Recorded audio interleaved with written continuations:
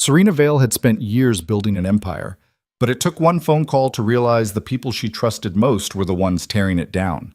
Now she's hiding in a rotting lake house nobody knows about, watching the deck collapse into the water like her entire life. Caleb Mercer shows up with a tool belt and a quiet kid, thinking it's just another repair job. He has no idea the woman who hired him is running from something bigger than both of them. If you want to see how a carpenter and a CEO survive what's hunting her, stay until the end, hit like, and drop a comment with your city so I can see how far this story travels. The phone call came at 6 in the morning, which meant trouble. Caleb Mercer sat up in bed before he was fully awake, the sound cutting through the dark like a blade. His hand found the phone on the nightstand, knocking over a half-empty water glass in the process. The screen said unknown, which never meant anything good. He answered anyway. Caleb Mercer? A woman's voice. Clipped, professional, the kind of tone that didn't waste words. Yeah, I need work done. Today if possible. Are you available? He rubbed his eyes, trying to shake off the fog. Depends on the work. Structural repair, a deck, it's urgent. Caleb glanced at the clock. 6:03. His son wouldn't be up for another hour, which gave him time to think, but not much else. Where? Lakeshore Drive, the old Hartley estate. That stopped him. The Hartley place had been empty for years, sitting on the north end of the lake like a forgotten monument. He'd driven past it 100 times and never seen a light on. Didn't know anyone bought that place. They didn't, I did. A pause. Can you be here by 8? I can be there by 9. 8:30. He almost smiled. Fine. She hung up without saying goodbye. Caleb sat there for a moment, phone still in his hand, staring at the dark shape of his bedroom. The house was quiet except for the hum of the refrigerator downstairs and the soft creak of old wood settling. He'd lived here since before his wife died, back when the rooms felt full instead of just occupied. Now it was him and his son, and a lot of space nobody used. He got up, stepped into the hallway, and checked on the kid. Owen was asleep, curled up under a blanket that had dinosaurs on it, even though he'd been saying for months he was too old for dinosaurs. His hair stuck up in the back, dark and messy, the same way Caleb's did, the same way his mother's used to. Caleb pulled the door shut and went downstairs. By 7, he had coffee, a plan, and a truck loaded with enough tools to handle whatever the Hartley place was hiding. By 7:30, Owen was awake and eating cereal at the kitchen table, still half asleep but functional. Where are you going? Owen asked, not looking up from his bowl. Work. You always go to work. That's how we pay for cereal. Owen gave him a look. Can I come? Not today. Why not? Because it's a new client and I don't know what I'm walking into. Owen stabbed at a marshmallow with his spoon. You never let me come. I let you come last week. That was boring. Work is boring. Owen didn't argue, which meant he was thinking about arguing later. Caleb ruffled his hair on the way to the door. Mrs. Pemberton's picking you up at 8:15. Be ready. I'm always ready. Then be more ready. Caleb grabbed his keys and left before the kid could find a comeback. The Hartley estate sat at the end of a winding dirt road that hadn't been maintained in at least a decade. Trees pressed in from both sides, their branches scraping the roof of the truck as Caleb drove. When he finally broke through into the clearing, the house appeared like something out of a postcard that had been left in the sun too long. It was big. 2 stories, white siding that had gone gray in places, a wraparound porch that sagged on one side. The lawn was overgrown, the kind of tall, wild grass that swallowed everything smaller than a dog. At the back of the property, the lake stretched out flat and silver, reflecting the morning sky. And the deck, Jesus, the deck. It jutted out over the water, or what was left of it did.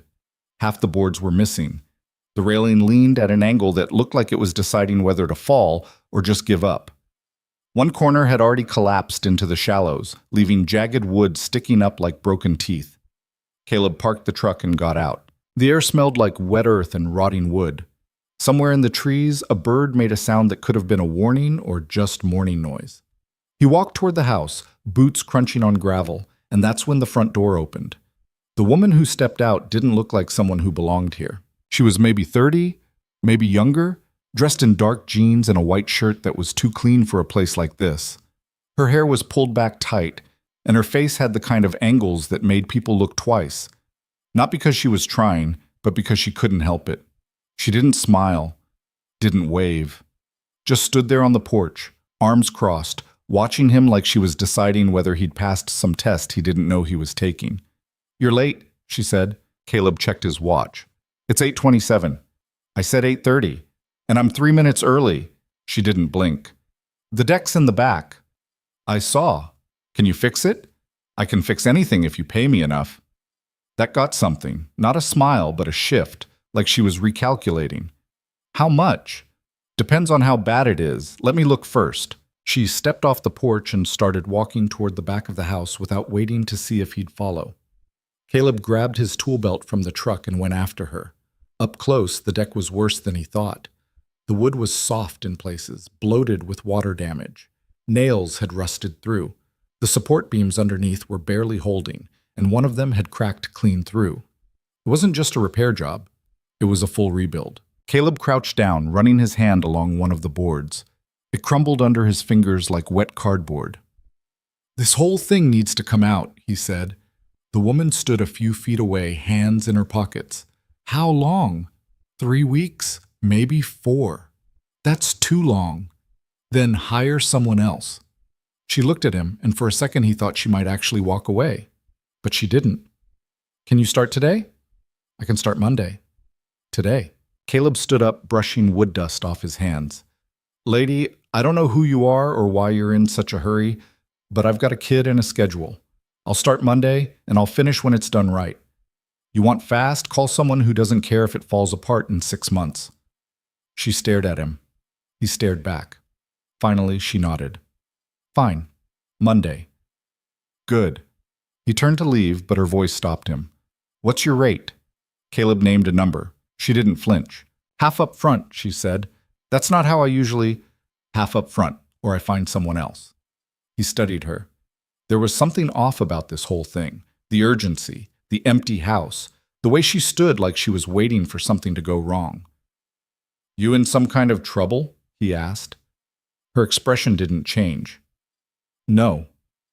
"Because if you are, I don't want any part of it. You're building a deck, not solving a crime." "Fair enough." He held out his hand. Caleb Mercer.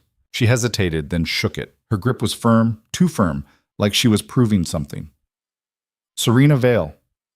"Nice to meet you, Serena." She let go and stepped back. "I'll have the check ready Monday." Caleb nodded and walked back to his truck, feeling her eyes on him the whole way. Owen was in the front yard when Caleb got home, throwing a tennis ball against the side of the house and catching it on the rebound. He didn't stop when Caleb pulled into the driveway. "How was the job?" Owen called out. "Hasn't started yet." "Then why'd you leave so early?" "To look at it." Owen threw the ball again. It hit the siding with a loud thunk. "Was it boring?" "Little bit. Told you." Caleb locked the truck and headed inside. Mrs. Pemberton was in the kitchen, washing dishes she didn't need to wash because she always insisted on cleaning something when she watched Owen. She was 60, sturdy, and had been their neighbor since before Owen was born. "Everything go okay?" Caleb asked. "Perfect angel, as always." She dried her hands on a towel. Though he did ask if he could adopt a stray cat he found by the shed. "We're not getting a cat." "That's what I said." Owen appeared in the doorway, still holding the tennis ball. It was a really good cat.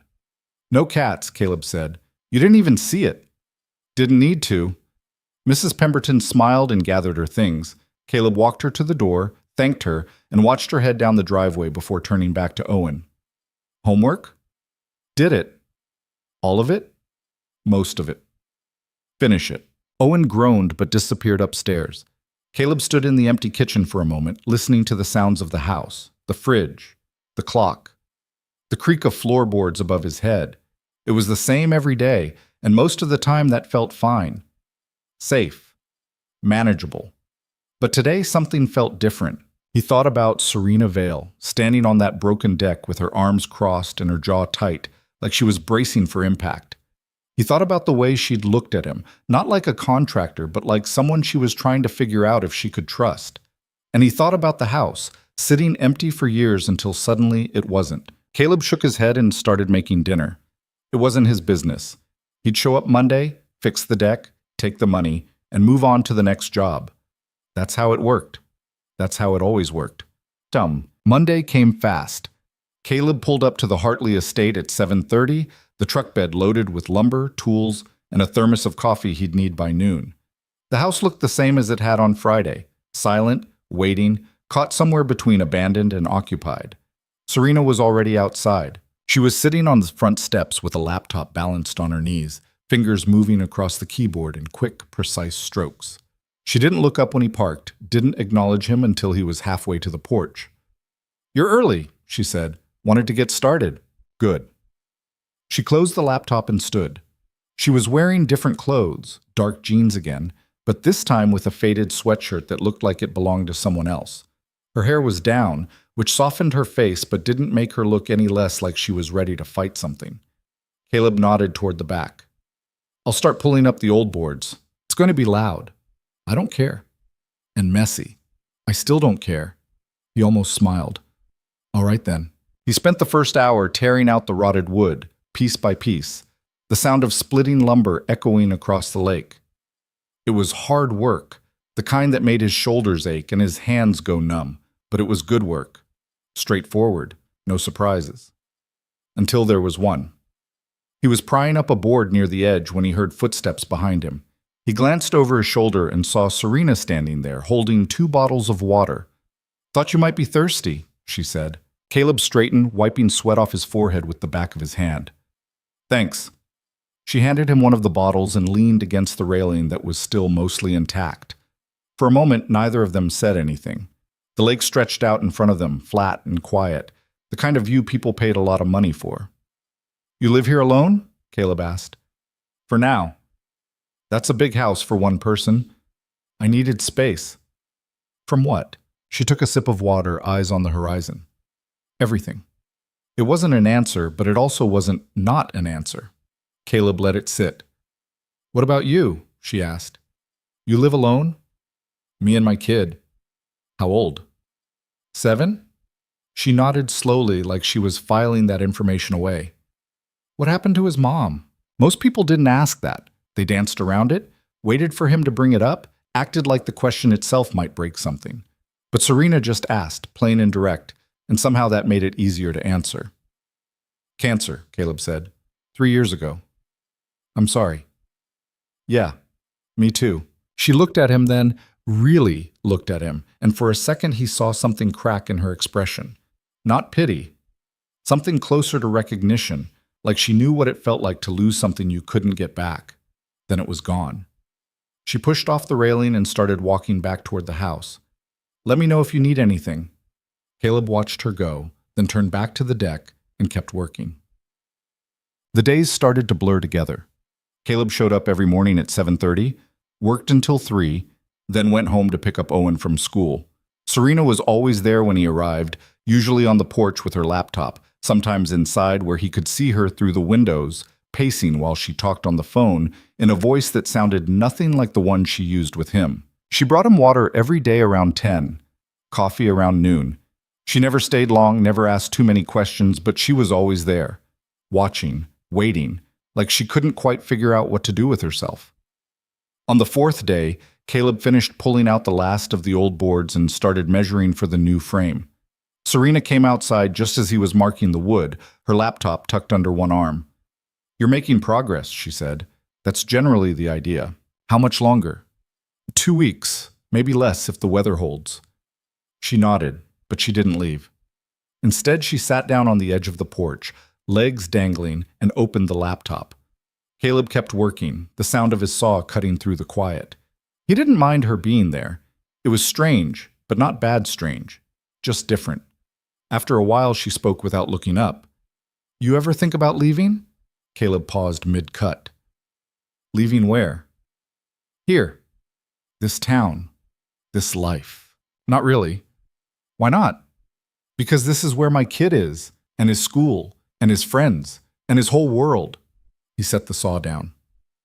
"Why? You thinking about leaving?" She didn't answer right away. When she did, her voice was quieter. "I already left. That's why I'm here." "Running from something?" "Trying to." Caleb picked up the saw again. Does it work? Not yet. He didn't push. Whatever she was running from, it wasn't his business. But part of him, an old, stupid part that should have known better, wanted to know anyway. And on the 6th day, Owen asked if he could come see the job site. Caleb had been avoiding it, mostly because he didn't know how Serena would react to a 7-year-old running around her property. But Owen had been asking every night, and Mrs. Pemberton had a dentist appointment, and Caleb ran out of excuses. So he brought the kid. Owen spent the first 10 minutes exploring the yard, poking at things with a stick and asking questions about everything. Then he spotted Serena through the window and froze. Who's that? The person who owns this place. She's pretty. Don't be weird. I'm not being weird, I'm being observant. Caleb shook his head and went back to work. But 5 minutes later, Owen was standing on the porch, talking to Serena like they'd known each other for years. Caleb couldn't hear what they were saying, but he could see Owen gesturing wildly, probably telling some story that didn't need to be told. Serena was smiling, actually smiling, and nodding along like she was genuinely interested.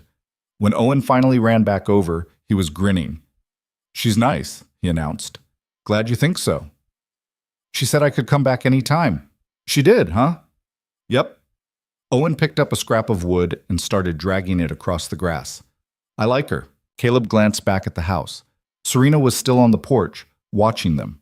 When their eyes met, she gave a small nod. He nodded back. The storm came out of nowhere on a Tuesday afternoon. Caleb had been working since 7, framing out the new support beams when the sky went from blue to black in the span of 20 minutes. The wind picked up, bending trees sideways, and the first drops of rain hit like stones. Get inside! Serena shouted from the porch.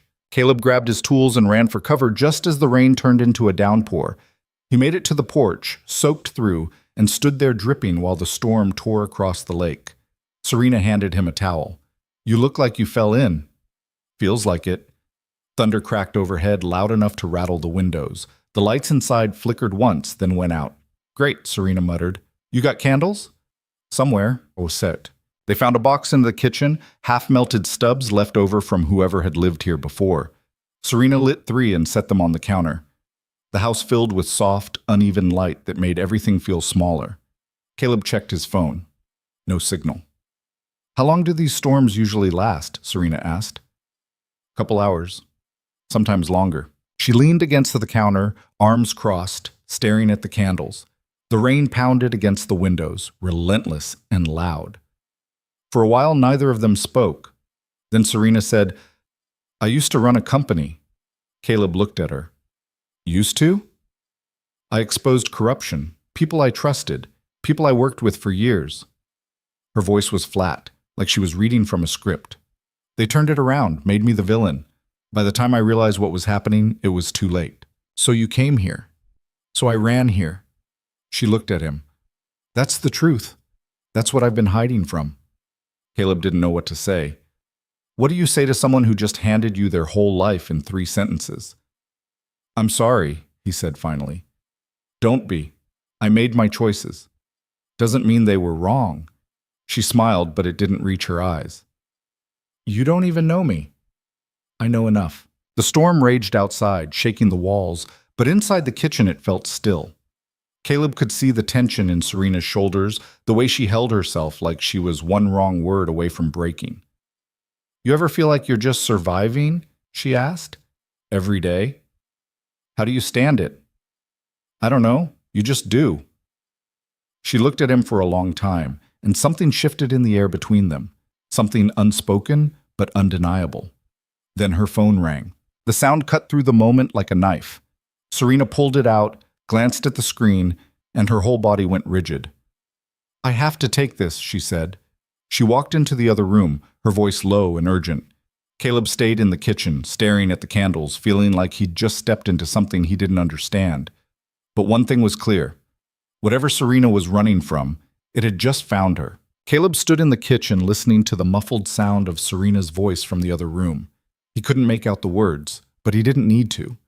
The tone said everything, sharp, controlled, the kind of voice someone uses when they're trying not to lose their temper in front of an audience they can't see. He picked up one of the candles and walked toward the window.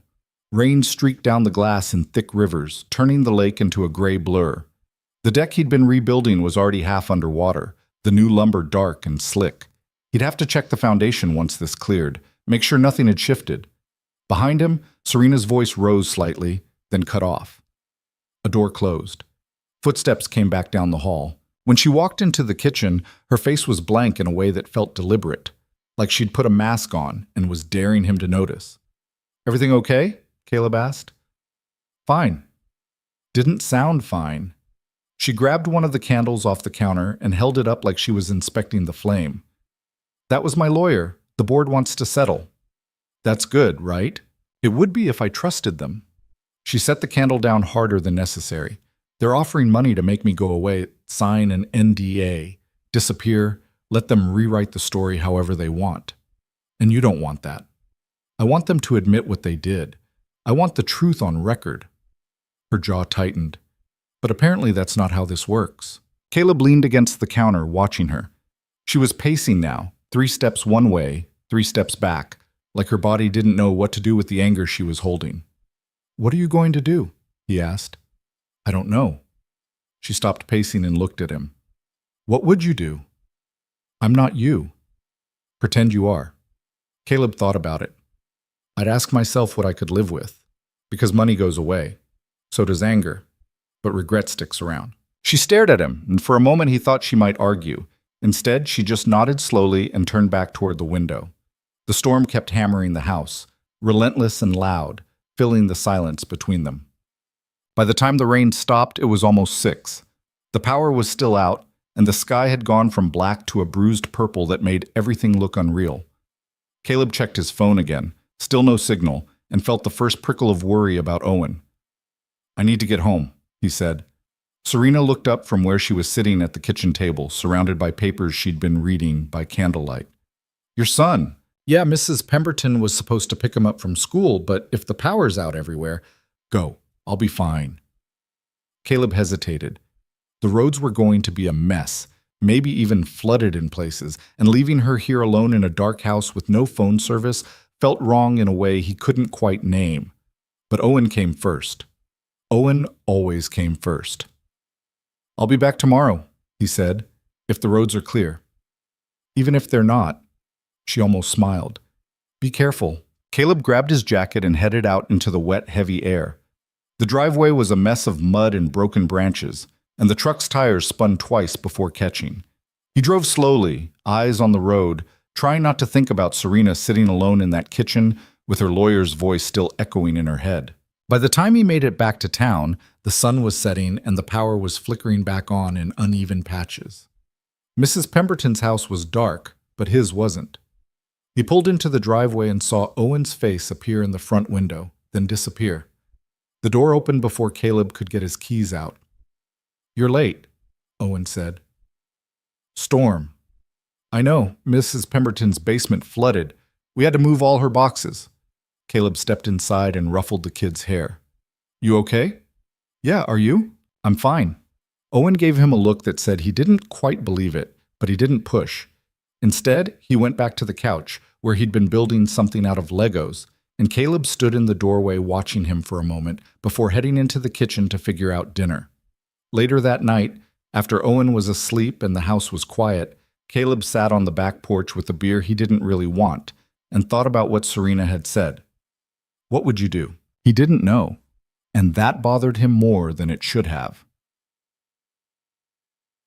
The next morning, Caleb arrived at the estate expecting to find Serena on the porch like always.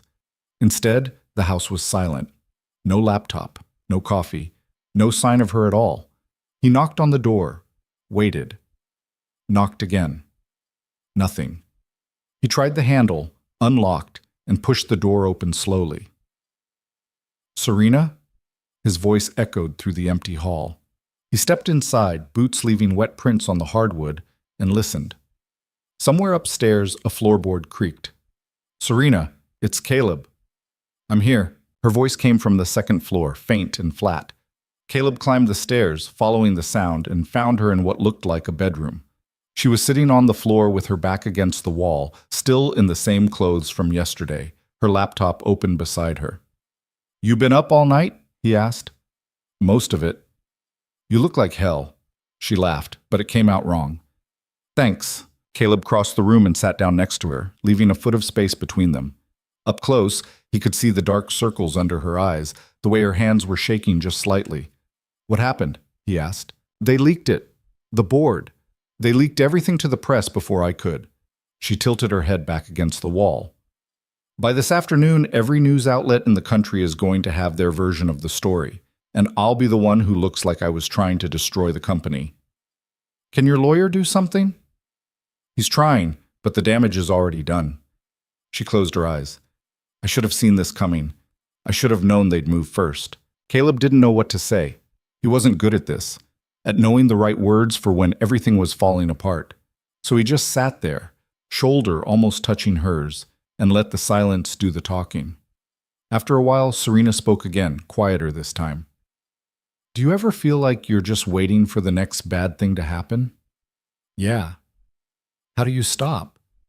I don't think you do. You just get better at standing back up. She opened her eyes and looked at him. That's not very comforting. I'm a carpenter, not a therapist. That got a real laugh, small but real, and something in Caleb's chest loosened. Come on, he said, standing and offering his hand. You need to eat something. I'm not hungry. Doesn't matter, you need to eat anyway. She stared at his hand for a moment, then took it. He pulled her to her feet, and they went downstairs together. Caleb made eggs and toast using the supplies he found in her mostly empty fridge.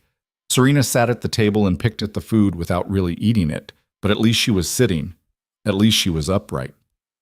Why are you still here? She asked suddenly. Caleb looked up from his plate.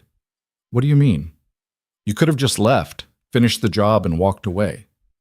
But you didn't. Deck's not done yet. That's not what I'm asking. He set his fork down. I don't know. Maybe because I know what it's like to feel like you're drowning and nobody notices. Serena's expression shifted, something breaking through the exhaustion. Your wife.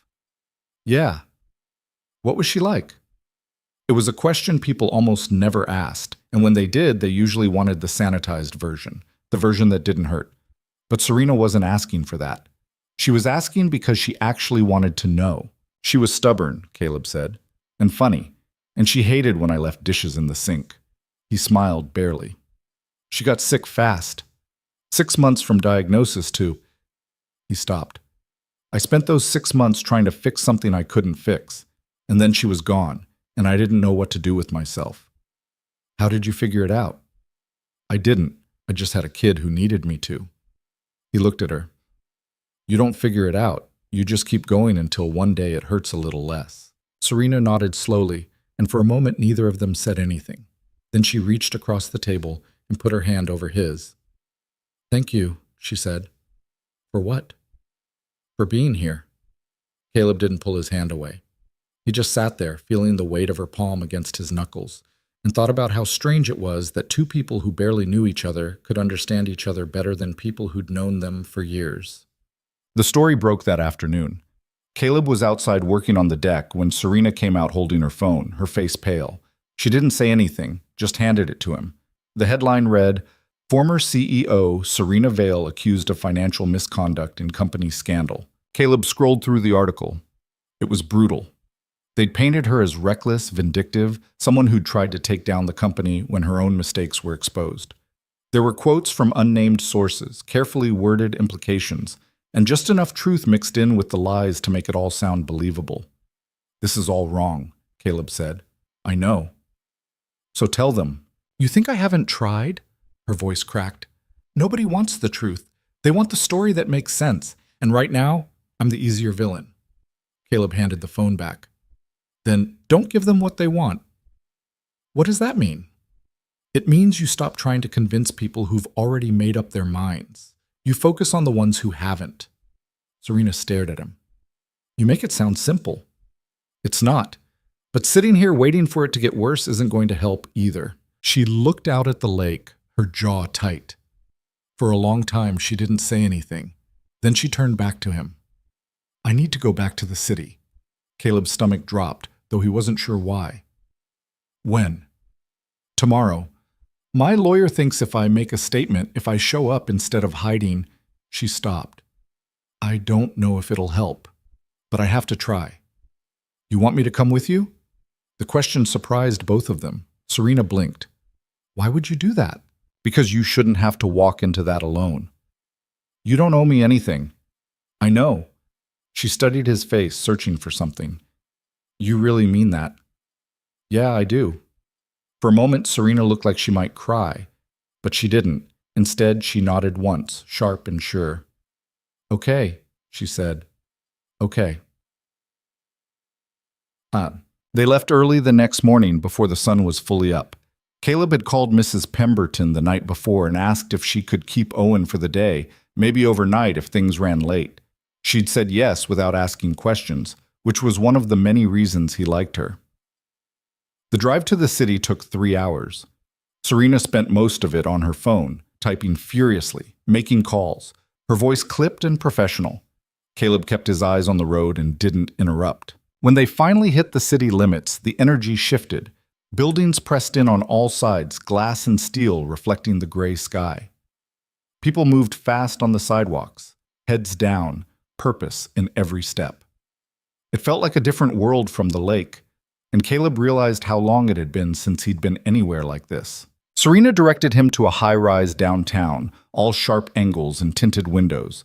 They parked in a garage that cost more per hour than Caleb made in a day, and then they were walking through a lobby that felt like a museum, cold, pristine, designed to make you feel small. You ready? Caleb asked as they waited for the elevator. No. Good. That means you care.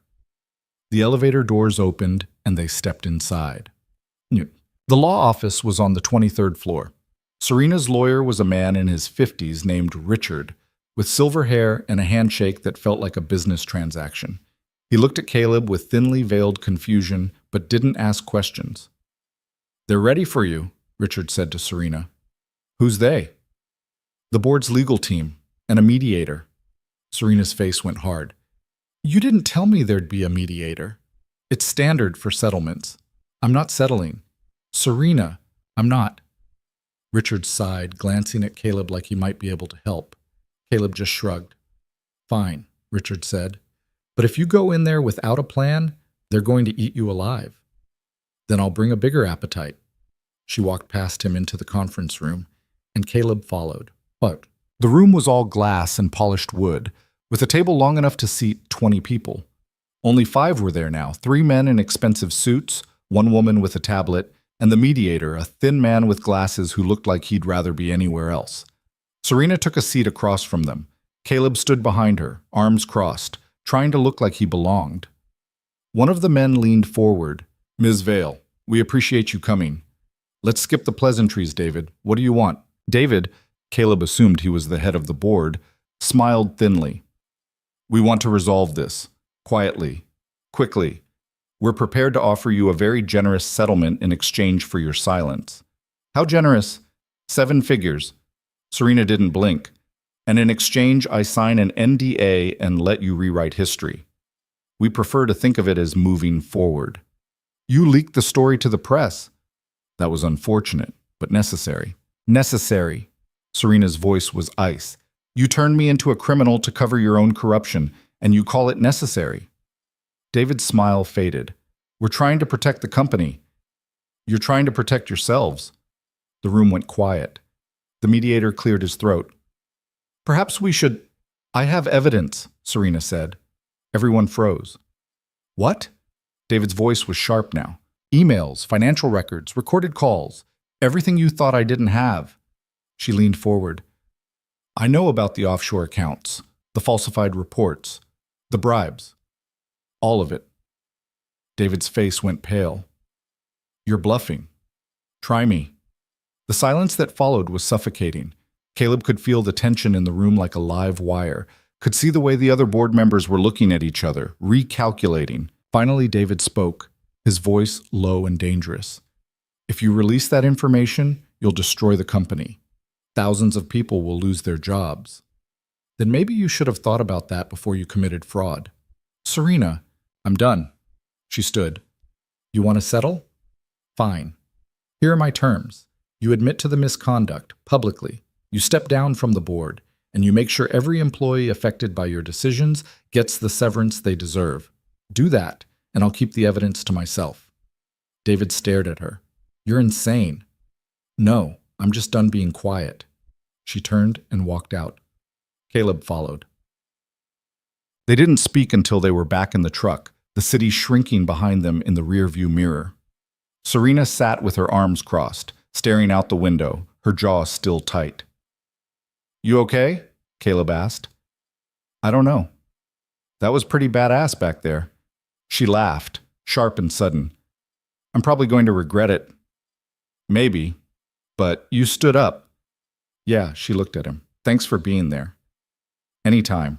They drove in silence for a while, the city giving way to trees and open road. Caleb thought about the look on David's face when Serena had called his bluff, the way the entire room had shifted in an instant.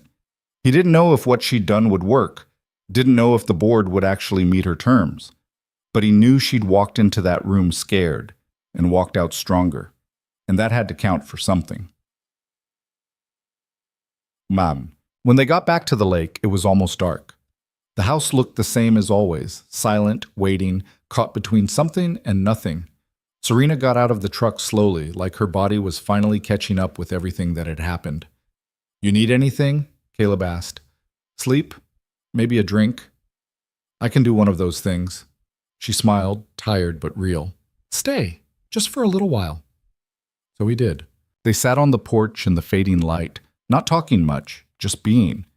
The lake stretched out in front of them, calm now, reflecting the first stars. It felt like the kind of quiet that came after a storm, when everything was still broken, but at least the worst had passed. I meant what I said, Serena said after a while. About not settling. I know. Even if it cost me everything. Caleb looked at her. You really believe that? I have to. He nodded. Then I believe it too. She turned to him, and in the low light her face looked softer, less guarded. Why do you care so much? I don't know. Maybe because I spent 3 years just surviving, and watching you fight for something bigger than survival? He stopped. It reminds me what that looks like. Serena held his gaze, and for a moment Caleb thought she might say something. Instead, she just reached over and took his hand. They sat like that until the stars came out. Two people who'd been running from different things, finding something steady in the space between them. And for the first time in a long time, it didn't feel like survival. It felt like something more. Caleb didn't let go of her hand right away. Neither did she. They sat there on the porch as the night settled in around them, the kind of quiet that felt less like silence and more like understanding. Eventually, she pulled her hand back, slow and reluctant, and stood. I should let you get home, she said. Yeah, probably. But he didn't move. And she didn't go inside. Caleb, I know. She looked at him, and whatever she'd been about to say got swallowed by something else. Something neither of them was ready to name yet. Drive safe, she said finally. Always do. He walked to the truck, started the engine, and forced himself not to look back. But he felt her watching him all the way down the driveway, and that feeling stayed with him the entire drive home. When he pulled into his own driveway, the house was dark except for the porch light Mrs. Pemberton always left on. He found Owen asleep on the couch with a blanket pulled up to his chin and a book face down on his chest. Caleb picked up the book, something about dragons, and set it on the table. Then he scooped the kid up, careful not to wake him, and carried him upstairs. Owen stirred when Caleb laid him down in bed. Dad? Yeah, buddy. You're late. I know. Go back to sleep. Owen's eyes were already closing. Did you fix it? Caleb pulled the blanket up. Fix what? Whatever you went to fix. Working on it. Owen mumbled something that might have been okay or might have been nothing, and then he was out again. Caleb stood there for a moment, watching the kid's chest rise and fall, and thought about how simple things used to feel.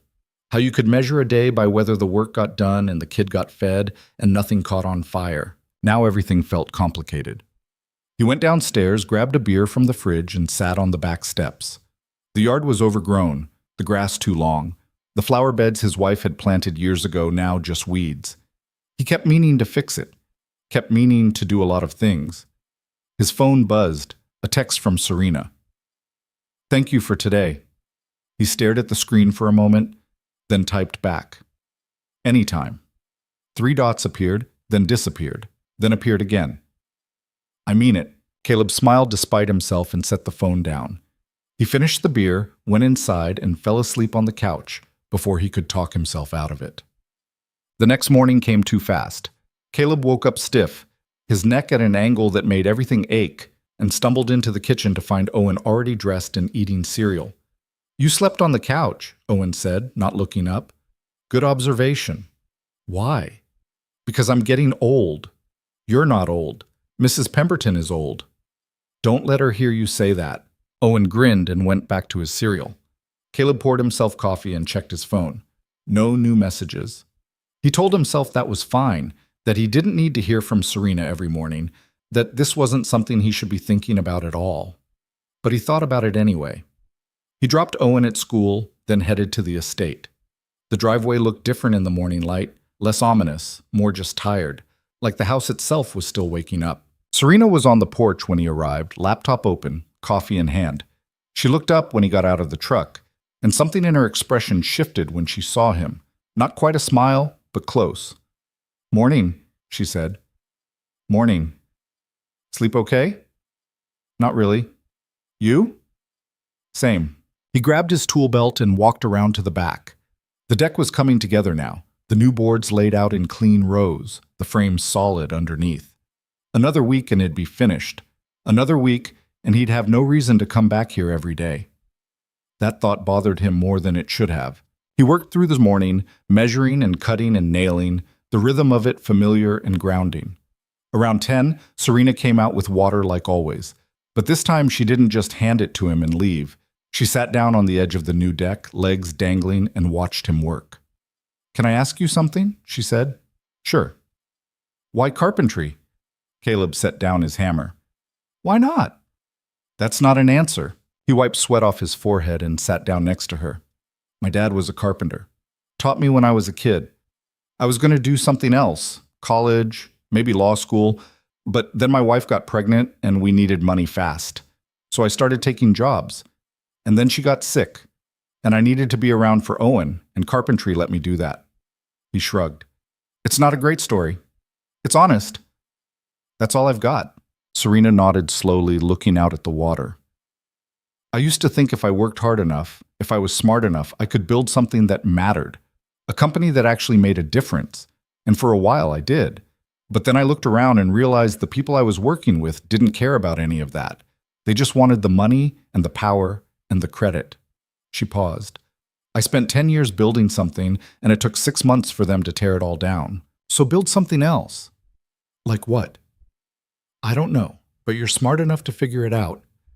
She looked at him, and for a second he thought she might argue. Instead, she just said, "You have a lot of faith in people you barely know. Maybe that's because I don't know you well enough to know better." That got a real laugh, the kind that sounded surprised to exist. Caleb smiled and went back to work. By the end of the week, the deck was almost done. Caleb had the railing up, the boards sealed, the steps leading down to the water rebuilt and level. It looked good. Better than good. It looked like something that might actually last.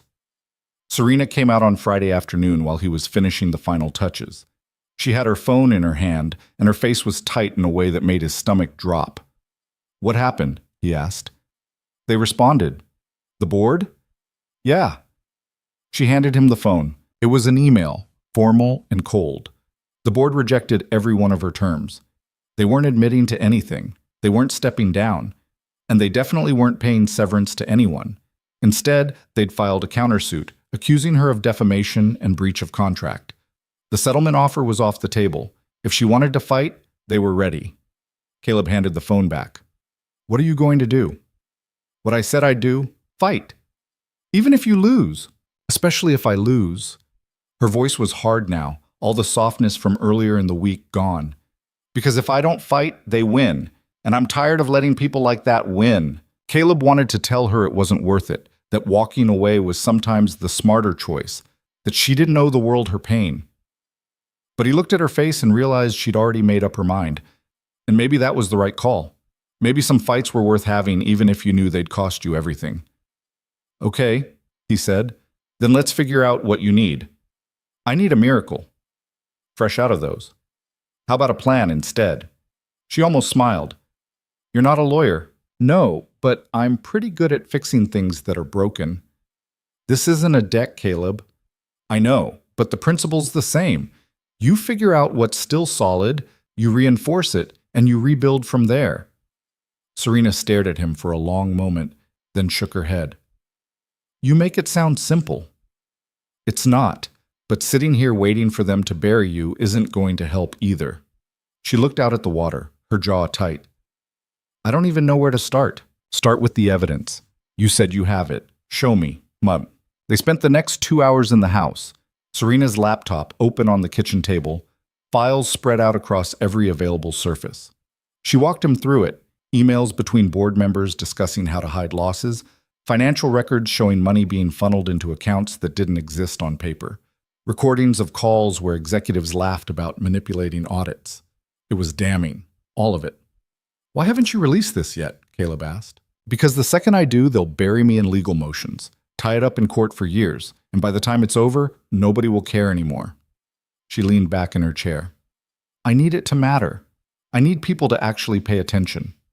So don't just release it. Make it a story. What do you mean? People don't care about financial records. They care about people. So give them a person. He tapped one of the emails. This one here, about cutting employee benefits to cover executive bonuses. That's not just fraud. That's someone's kid not getting health care. That's a family losing their house. Make it about them, not about numbers. Serena looked at the email, then at him. You're saying turn it into a narrative. I'm saying make them see what it actually cost. She was quiet for a moment, her fingers drumming on the table. Then she pulled the laptop closer and started typing. Caleb watched her work, the way her face changed when she was focused, the way her shoulders straightened like she was gearing up for a fight. He thought about what she'd said earlier, about building something that mattered, and he realized she was still trying to do that, even now, even when it would have been easier to walk away. He didn't know if it would work, didn't know if the world would listen or if the board would crush her anyway, but he knew she was going to try, and that was enough. Owen came to the estate again the following Tuesday. Caleb had tried to leave him with Mrs. Pemberton, but the kid had put up such a fight that it was easier to just bring him along. Besides, the deck was finished now. There wasn't much left to do except clean up and collect the final payment. Owen spent the first hour exploring the property, poking at things with a stick and asking questions about everything. Then he spotted Serena through the window and ran up to the porch. Hi, he called out. Serena looked up from her laptop, startled. Then she saw Owen, and something softened in her face. Hi yourself. What are you doing? Working. On what? Something important. Owen climbed the steps and sat down next to her, peering at the screen. Looks boring. It is boring. Then why are you doing it? Because sometimes boring things matter. Owen thought about that for a second, then nodded like it made sense. Caleb watched from the yard, tools in hand, feeling something strange and unfamiliar settle in his chest. It looked almost normal, the two of them sitting there together, like it could be a thing that happened every day. He shook the thought off and went back to work. Later, after Owen had exhausted his exploration and was sitting on the new deck throwing pebbles into the water, Serena came over to where Caleb was loading tools into the truck. He's a good kid, she said. Yeah, he is. You've done a good job with him. I'm just trying not to screw it up. She smiled. I think you're doing better than that. Caleb didn't know what to say to that, so he just nodded and kept loading tools. Serena stood there for a moment, hands in her pockets, looking like she wanted to say something else. I'm going public with the story, she said finally. Tomorrow. My lawyer thinks it's a bad idea, but I don't care anymore. Caleb stopped what he was doing. You sure? No, but I'm doing it anyway. What happens after? I don't know. They'll come after me. Probably try to destroy whatever credibility I have left. But at least the truth will be out there. And that's enough? She looked at him, and her eyes were steady. It has to be. Caleb wanted to tell her she didn't have to do this alone, that he'd stand beside her no matter what happened. But Owen was 10 feet away throwing rocks, and this wasn't the time or place for that conversation. So instead, he just said, "Let me know if you need anything." "I will." She turned to go, then stopped. "Caleb?" "Yeah?" "The deck looks good." "Thanks." She smiled, small and real, and walked back toward the house. The story broke the next morning. Caleb was at home making breakfast when his phone started buzzing. Texts from people he hadn't talked to in months, all asking if he'd seen the news. He turned on the TV, and there it was. Serena's face on every channel, her story plastered across every headline. Former CEO exposes corporate fraud, releases damning evidence. He watched as reporters dissected the emails, the recordings, the financial records. Watched as talking heads debated whether she was a whistleblower or a disgruntled employee with an axe to grind. Watched as the board released a statement calling her allegations baseless and promising legal action. And through it all, Serena sat in front of a camera somewhere, calm and composed, and told the truth. Owen came into the living room, still in his pajamas, and stared at the screen. "Is that the lady from the lake house?" "Yeah." "Why is she on TV?" "Because she did something brave." Owen watched for a moment, then looked at his dad. "Is she in trouble?" "Probably." "Are you going to help her?" Caleb looked at his son, at the way he was asking the question like it was the most obvious thing in the world. Like, of course you helped people when they were in trouble. Like, that was just what you did. "Yeah," Caleb said. "I am." He tried calling Serena 3 times that morning. All 3 times it went to voicemail. By noon, he'd loaded Owen into the truck and driven out to the estate, half expecting to find reporters camped out on the lawn. But the driveway was empty. The house was quiet. And when he knocked on the door, nobody answered. "Maybe she left," Owen said. "Maybe." Caleb tried the handle. Locked. He walked around to the back where the new deck stretched out over the water, and that's where he found her. She was sitting on the edge, legs dangling, staring out at the lake. She didn't turn when he approached, didn't acknowledge him at all until he sat down next to her. "You okay?" he asked. "Define okay." "Still breathing, not bleeding, relatively sane." She laughed, but it came out hollow. "Then, yeah, I'm okay." "Why aren't you answering your phone?" "Because I don't want to talk to anyone." "Not even your lawyer?" "Especially not my lawyer." She finally looked at him. "He's furious, says I just committed career suicide." "Did you?" "Probably." Owen appeared at the other end of the deck, walking carefully, like he wasn't sure if he was allowed. Serena waved him over, and he came and sat on her other side. "You're famous," Owen said. "That's one word for it." "Are you scared?" "A little." "My dad's scared of spiders." Caleb groaned. "Thanks for that, buddy." Serena smiled, and this time it reached her eyes. "I'm scared of a lot of things, but not this. Not anymore." Owen nodded like that made perfect sense, then went back to staring at the water. The 3 of them sat there in silence, the lake stretching out in front of them, the sun warm on their backs. After a while, Serena spoke again, quieter now. "Thank you for coming." "Where else would I be?" She didn't answer, but she leaned into him just slightly, her shoulder pressing against his. And Caleb thought about all the things he could say, all the ways he could tell her what this meant. But words felt too small for it, so he just sat there, steady and present, and let that be enough. The fallout came fast. By the end of the week, 3 board members had resigned.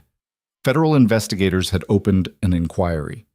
The media was tearing through every detail Serena had released, and more companies were coming forward with similar stories.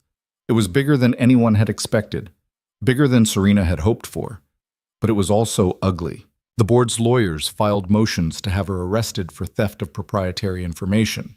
They leaked stories to friendly outlets painting her as unstable, vindictive, a liar. They dug into her past, looking for anything they could use to discredit her. And through it all, Serena held steady. Caleb came to the estate every day, even though the deck was finished and there was no work left to do. He brought coffee in the mornings and sometimes dinner in the evenings. He sat with her while she fielded calls from reporters and lawyers and people who claimed they wanted to help, but mostly just wanted to be close to the story. Owen came too, more often than not. He'd sit on the deck with his homework, or wander the property looking for interesting rocks, or just talk to Serena about things that had nothing to do with scandals or lawsuits or any of it. And Caleb watched the way she softened around the kid, the way she laughed at his dumb jokes and listened to his stories like they were the most important thing in the world. It felt like something was building between the three of them, something fragile but real. One evening, after Owen had fallen asleep on the couch inside and the sun was setting over the lake, Serena and Caleb sat on the deck together. She had a glass of wine. He had a beer. Neither of them had said much for the past 20 minutes. "I keep waiting for it to feel different," Serena said finally. "What do you mean?" "I thought once the truth was out, I'd feel, I don't know, lighter, like I'd put something down." She swirled the wine in her glass. "But it still feels heavy, because it's not over yet." "When will it be over?" "I don't know. Maybe never. Maybe that's not the point." She looked at him. "Then what is the point?" Caleb thought about that. About his wife and the 6 months they'd spent fighting a disease they couldn't beat. About the years after, when he'd just been going through the motions, surviving but not living. About the moment he'd met Serena and felt something shift, like a door opening in a house he'd thought was sealed shut. "The point is, you're still here," he said. "You're still fighting, and that matters." Serena held his gaze, and something passed between them. Something they'd been circling for weeks but hadn't named yet. "Caleb, I know. You don't know what I was going to say. Then say it." She set down her glass and turned to face him fully. "I think I'm falling for you." The words hung in the air between them, raw and honest and terrifying. Caleb's heart was pounding so hard he was sure she could hear it. "I think I'm falling for you too," he said. Serena's breath hitched, and then she was leaning in, and so was he, and the space between them disappeared. The kiss was soft at first, tentative, like they were both testing whether this was real. Then it deepened, and Caleb's hand came up to cup her face, and she made a sound low in her throat that broke something open inside him. When they finally pulled apart, both of them breathing hard, Serena rested her forehead against his. "This is a terrible idea," she whispered. "Probably. I'm a mess. My life is a mess. Everything is falling apart." "I know. And you're still here." "Yeah, I am." She kissed him again, harder this time, and Caleb thought about all the ways this could go wrong. About how she might leave when this was over, might go back to the city, or move on to something bigger. About how Owen was inside sleeping and didn't know his dad was out here falling for someone new. But none of that mattered right now. Right now, all that mattered was this: Serena's hands in his hair, her breath against his skin, the way she felt solid and real in his arms. They stayed like that until the stars came out, holding each other in the dark. Two people who'd been surviving alone finally finding something worth holding on to. When Caleb woke up the next morning, Owen was standing next to the couch, staring at him with the kind of intensity only a 7-year-old could manage before sunrise. "You fell asleep here," Owen said. Caleb sat up, his neck protesting. They'd come inside sometime after midnight, after the temperature had dropped, and Serena had insisted they stay rather than drive home in the dark. Owen had already been asleep on the couch, so Caleb had taken the chair, and apparently that's where he'd stayed. "What time is it?" Caleb asked. 6:30. I'm hungry." "You're always hungry." "That's not an answer." Caleb rubbed his face and stood. The house was quiet except for the sound of water running somewhere upstairs. Serena. He thought about last night, the kiss, the way she'd looked at him, the feeling of her forehead pressed against his, and something in his chest tightened. "Come on," he said to Owen. "Let's see what's in the kitchen." They found eggs and bread and made breakfast while the sun came up through the windows. Owen talked about school, about a kid named Marcus who'd brought a snake for show and tell, about how Mrs. Pemberton had promised to teach him chess. Caleb listened and flipped eggs and tried not to think about the fact that everything felt different now, and he had no idea what he was supposed to do about it. Serena came downstairs just as they were finishing. Her hair was wet, pulled back in a loose braid, and she was wearing jeans and an oversized sweater that looked like it belonged in a catalog. She stopped in the doorway when she saw them at the table, and for a second Caleb saw something flash across her face, surprise maybe, or uncertainty. "Morning," she said. "Morning," Caleb said. Owen looked up from his plate. "We made eggs. Do you want some?" Yeah, that'd be great." She sat down at the table and Caleb got up to make her a plate. It felt strangely domestic, the three of them in the kitchen like this, like they'd done it 100 times before instead of just once. He set the plate in front of her and their eyes met for half a second before she looked away. "Thank you," she said quietly. "No problem." Owen finished eating and announced he needed to find his shoes, then disappeared into the other room. The silence that followed felt heavy. "About last night," Serena started. Don't what? Don't take it back." She looked at him, and he could see her trying to figure out what to say. "I wasn't going to take it back. I just don't know what happens now." "Neither do I." "That doesn't scare you?" "Everything scares me. Doesn't mean I'm going to run from it." She picked up her fork, set it down, picked it up again. "I have a meeting with the federal investigators on Monday. My lawyer says it could go either way. They might use my testimony to build a case, or they might decide I'm not credible enough and drop the whole thing. What do you think will happen? I think they'll use what I gave them and then throw me under the bus the first chance they get." She pushed the eggs around on her plate. "That's how it works. The whistleblower never actually wins." "Then why do it?" "Because someone has to." Caleb sat back down across from her. "You really believe that?" "I have to. Otherwise, what's the point?" She looked up at him, and her eyes were tired but clear. "I spent 10 years playing their game, following their rules. And where did it get me? I watched people get hurt while the ones doing the hurting got richer. I can't do that anymore. Even if it costs me everything, at least I'll know I tried."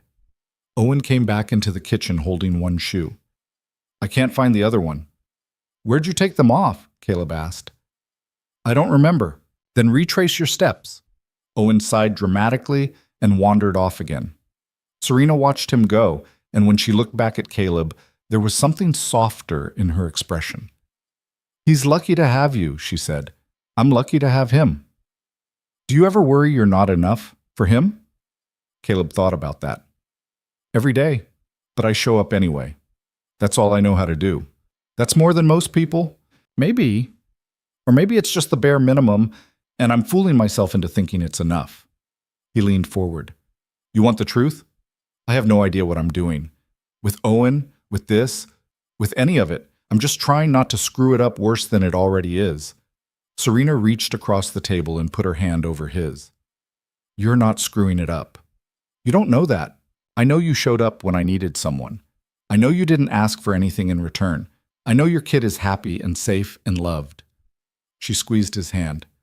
"That's not nothing, Caleb."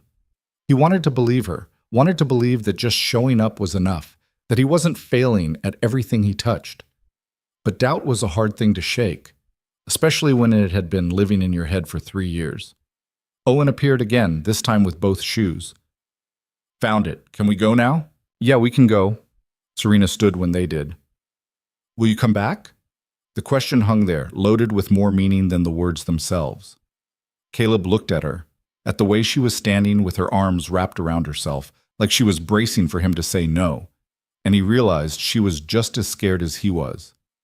"Yeah," he said. "I'll come back." Her shoulders dropped slightly, relief written all over her face. "Okay. Okay." They left, and Caleb spent the entire drive home trying to figure out what he'd just agreed to. The next few days passed in a strange blur. Caleb went to other job sites, fixed other people's broken things, came home to Owen and dinner and homework. But his mind kept drifting back to the lake house, to Serena sitting on the deck with her laptop, to the way she'd looked at him in the candlelight. He didn't go back right away. Part of him wanted to, but another part, the part that remembered what it felt like to lose someone, was terrified of getting too close. So he stayed away and told himself it was for the best. On Thursday, Owen brought it up. They were in the truck heading home from school when the kid said, "Are we going to see Serena again?" Caleb glanced at him. "Why do you ask?" "Because you keep looking at your phone like you're waiting for something." "I'm not." He stopped. "How do you even notice that?" "I notice everything. So are we?" "I don't know. Maybe." Owen was quiet for a moment. "I like her." "I know you do." "Do you like her?" Caleb tightened his grip on the steering wheel. "Yeah, I do." "Then why aren't we going to see her?" Because it's complicated. Everything's complicated. That's what you always say. Because it's true. Owen crossed his arms. I think you're scared. I think you're too smart for your own good. Mrs. Pemberton says that too. Caleb pulled into the driveway and turned off the engine. He sat there for a moment, hands still on the wheel, trying to figure out how to explain to a 7-year-old that sometimes the things you want most are the things that scare you the most. You're right, he said finally. I am scared. Owen looked at him with those serious eyes that were too old for his face. Of what? Of losing someone again. Of getting it wrong. Of you getting hurt. I'm not going to get hurt. You don't know that. Neither do you. Owen unbuckled his seatbelt. Mom died. That was sad. But she'd be sad if you were just sad forever. Caleb felt something crack open in his chest. When did you get so wise? I've always been wise. You just don't listen. The kid got out of the truck and headed for the house, leaving Caleb sitting there alone with the weight of the truth his son had just dropped on him. He called Serena that night after Owen was asleep. She answered on the second ring. Hi. Hi. I thought you weren't coming back. I wasn't sure I should. And now? Now I think my 7-year-old is smarter than I am. She laughed, and the sound of it made something loosen in Caleb's chest. What did he say? That I'm scared, and that I should stop being scared. Are you going to listen to him? I'm thinking about it. Caleb leaned back against the couch. How'd the meeting go? Which one? The federal investigators. It's on Monday. I've been preparing all week. My lawyer keeps running me through questions until I want to throw something at him. Are you ready? No, but I don't think I'll ever be ready, so I might as well just do it. You want company? There was a pause. You'd do that? I said I would. Caleb, you don't have to. I know I don't have to. I want to. Another pause, longer this time. Okay, yeah, I'd like that. They talked for another hour, about nothing and everything. Serena told him about the media circus that wouldn't leave her alone, about the strangers who sent her messages calling her a hero or a traitor, or both. Caleb told her about Owen's latest obsession with space, about Mrs. Pemberton's ongoing campaign to teach the kid every card game known to man. It felt easy, natural, like they'd been doing this for years instead of weeks. When they finally hung up, Caleb sat in the dark living room for a long time, thinking about second chances and whether he was brave enough to take one. Monday morning came cold and gray. Caleb dropped Owen at school early, then drove to the estate to pick up Serena. She was waiting on the porch with a leather bag and a face that looked like she hadn't slept. You okay? He asked when she got in the truck. Ask me again after this is over. The drive to the city was quiet. Serena spent most of it staring out the window, her hands clasped tight in her lap. Caleb didn't try to fill the silence. Sometimes people just needed space to be nervous. The federal building was downtown, all concrete and glass and American flags. They parked in a garage and walked through security, and then they were sitting in a waiting room that smelled like coffee and nerves. Serena's lawyer was there, Richard, the same guy from before, and he looked even more stressed than she did. Remember what we talked about? Richard said. Answer the questions directly. Don't volunteer information. Don't let them bait you into... I know, Serena said. We've been over this 100 times. I'm just making sure. I know. A door opened, and a woman in a suit called Serena's name. She stood, smoothed down her jacket, and looked at Caleb. Wish me luck, she said. You don't need luck. You've got the truth. She smiled, small and tight, and followed the woman through the door. Caleb sat in the waiting room with Richard, who spent the next 2 hours on his phone, typing furiously and muttering under his breath. Caleb tried to read a magazine, gave up, and ended up just staring at the door Serena had disappeared through. When she finally came out, her face was unreadable. How'd it go? Richard asked immediately. They want everything. Every document, every recording, every email. They're opening a full investigation. That's good. Is it? Serena sank into a chair. They made it very clear that I'm not protected.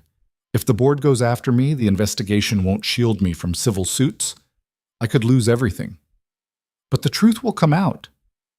The truth. She laughed bitterly. Like that's ever been enough. Richard tried to say something else, but Serena held up a hand. I need a minute. He nodded and stepped away, already pulling out his phone. Caleb moved to sit next to her. You did good, he said. You don't know that. Yes, I do. She looked at him, and her eyes were shining with unshed tears. What if it doesn't matter? What if I gave them everything and it still doesn't change anything? Then at least you tried. That's more than most people can say. I'm tired of trying. I'm tired of fighting. I just want... She stopped, her voice breaking. What do you want? I want it to be over. I want to stop looking over my shoulder. I want to sleep through the night without waking up in a panic. She wiped at her eyes. I want to feel like a person again, instead of just a target. Caleb didn't have an answer for that, so he just took her hand and held it, and let that be enough for now. Boom. They drove back to the lake in silence. Serena stared out the window the whole way, her jaw tight, her shoulders rigid. When they pulled up to the estate, she didn't move. You want to be alone? Caleb asked. No, but I don't know what I want. That's okay. Is it? Yeah, it is. She finally looked at him. Why are you so patient with me? Because you're worth being patient with. You barely know me. I know enough. She shook her head. You're either the best person I've ever met or the most naive. Probably a little of both. That got a small smile. She unbuckled her seatbelt and got out, and Caleb followed her into the house. They ended up in the kitchen. Serena made tea she didn't drink. Caleb stood by the counter watching her, trying to figure out what she needed and coming up empty. Talk to me, he said finally. About what? Anything. I don't care. Just talk. She leaned against the counter, hands wrapped around the mug.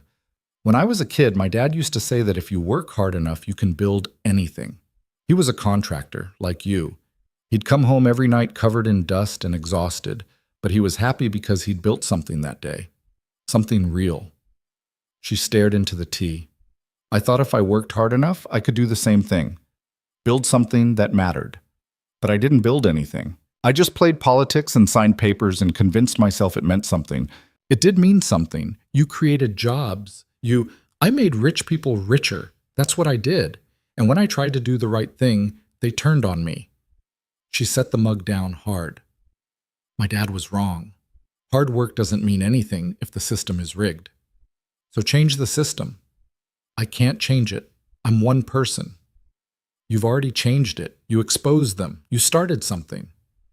Starting something isn't the same as finishing it. No, but it's a hell of a lot better than doing nothing.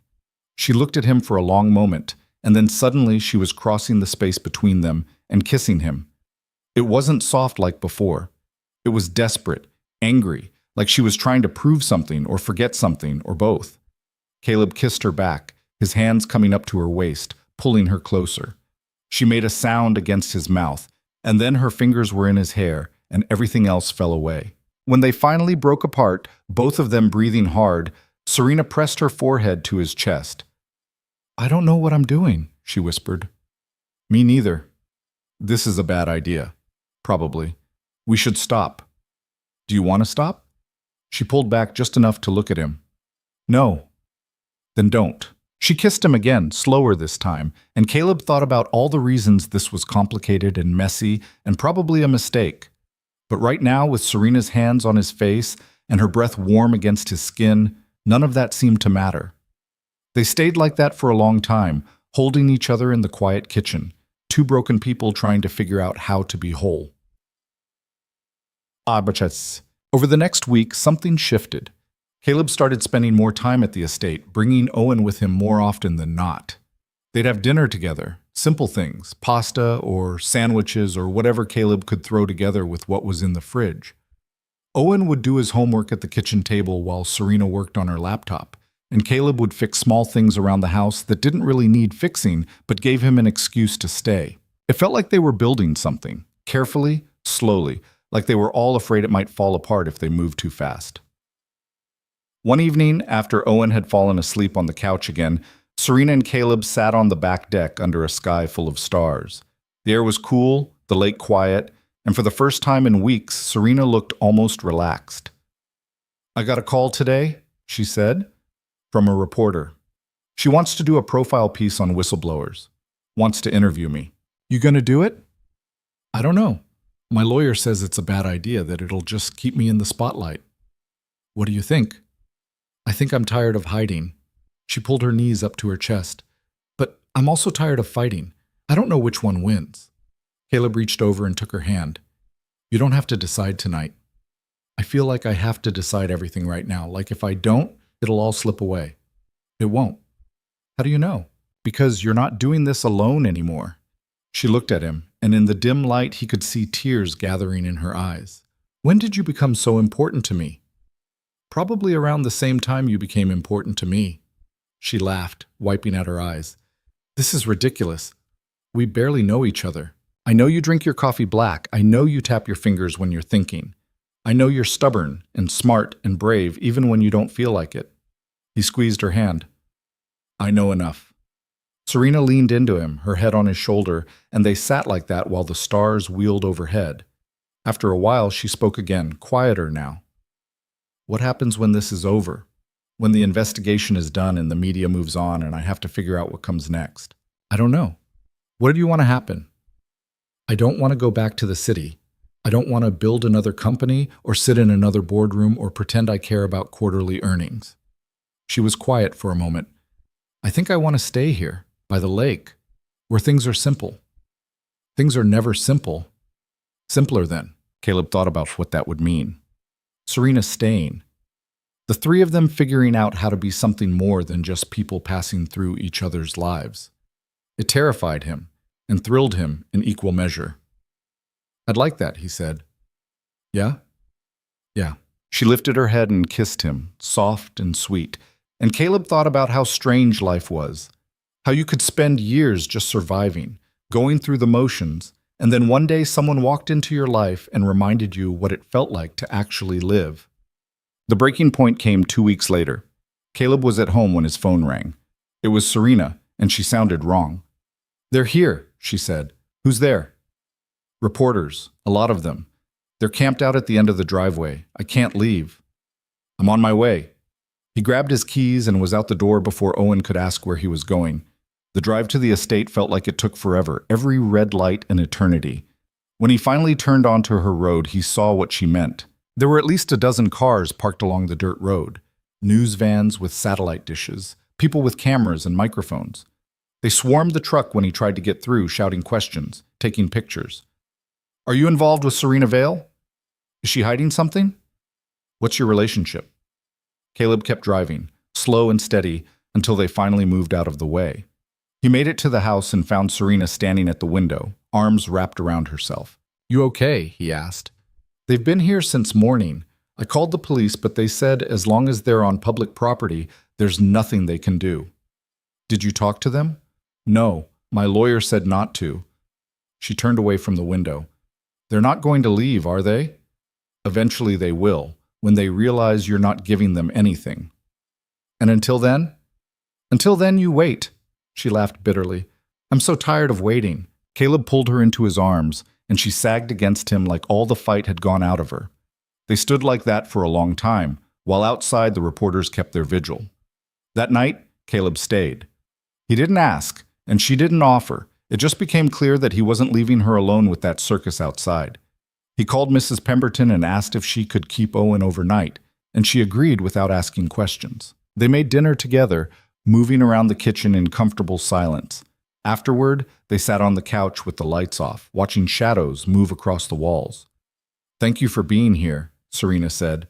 Where else would I be? Home with your son. He's fine. Mrs. Pemberton's probably teaching him how to cheat at poker as we speak. That got a small smile. You're a good dad, you know that? I'm trying. You're doing more than trying. She shifted closer and Caleb put his arm around her shoulders. She fit there, like she'd always belonged. I've been thinking, she said after a while. About what? About what you said. About building something simpler. She looked up at him. I think I want to stay here, permanently. Turn this place into something real instead of just a hiding spot. What would that look like? I don't know yet. Maybe a consulting firm for whistleblowers. Maybe nothing. Maybe I just live here and figure it out as I go. She paused. Would that be okay? With you? Caleb's heart was pounding. You asking if I want you to stay? I'm asking if you'd be okay with me staying. Serena, He stopped, trying to find the right words. I've spent 3 years just getting through the days. Not living, just surviving. And then you showed up with your broken deck and your complicated life, and suddenly I remembered what it felt like to care about something. He turned to face her fully. So yeah, I'd be more than okay with you staying. Her eyes were shining. You mean that? Every word. She kissed him then, deep and sure, and Caleb knew this was it. This was the moment where he stopped being afraid and started being brave. When they finally pulled apart, Serena was smiling for real. This is crazy. Probably. We barely know each other. We've been over this. And you have a kid, and I have a federal investigation, and those reporters outside, Serena. Yeah? Stop talking and kiss me again. She did. They fell asleep on the couch, tangled together, and for the first time in a long time, Caleb slept through the night without waking. The reporters were still there when the sun came up. Caleb could see them through the window, clustered at the end of the driveway like vultures waiting for something to die. He stood in the kitchen making coffee while Serena slept on the couch, her face peaceful in a way it hadn't been in weeks. His phone buzzed. A text from Mrs. Pemberton. Owen wants to know when you're coming home. Also, he beat me at rummy 3 times. I think you're raising a card shark. Caleb smiled and typed back. Tell him I'll be there soon, and maybe don't teach him any more gambling games. The response came immediately. Too late. We're starting poker tonight. He set the phone down and poured 2 cups of coffee, then carried one to the couch. Serena stirred when he sat down, her eyes opening slowly. Morning, she said, her voice rough with sleep. Morning. She sat up, taking the coffee from him. Are they still out there? Yeah, of course they are. She took a sip and winced. We can't stay locked in here forever. We're not locked in. We're just waiting them out. Same thing. Caleb looked at her, at the dark circles under her eyes, the tension in her shoulders that never fully went away, the way she held the coffee mug like it was the only solid thing in the world. He thought about everything she'd been through, everything she was still going through, and he made a decision. Get dressed, he said. What? Get dressed. We're leaving. Caleb, there are a dozen reporters out there. We can't just... Yeah, we can. You're not hiding anymore, remember? So let's go show them there's nothing to hide. Serena stared at him. You're serious? Completely. They're going to ask questions, take pictures, turn it into a story. Let them. You've got nothing to be ashamed of. She was quiet for a moment, and he could see her working through it. The fear, the anger, the exhaustion. Then something in her face changed, hardened. Okay, she said. Let's do it. Trouts. 20 minutes later, they walked out the front door together. The reporters saw them immediately and surged forward, cameras flashing, microphones thrust out like weapons. Ms. Vale, are you in a relationship? Is this your legal counsel? Are you planning to cooperate with the federal investigation? Do you have a statement about the board's countersuit? Serena stopped at the edge of the porch and looked at them. Caleb stood beside her, close enough that their shoulders touched. The questions kept coming, a wall of noise and chaos, but Serena just waited. After a moment, the crowd quieted.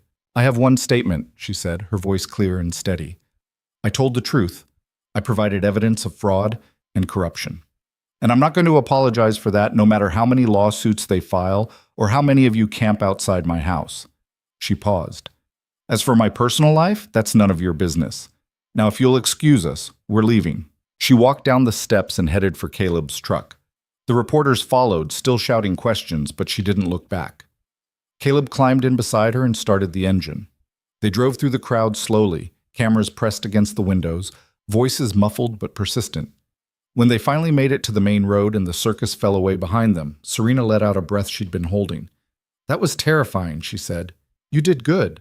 I feel like I'm going to throw up. That means you're human. She laughed, shaky but real. Where are we going?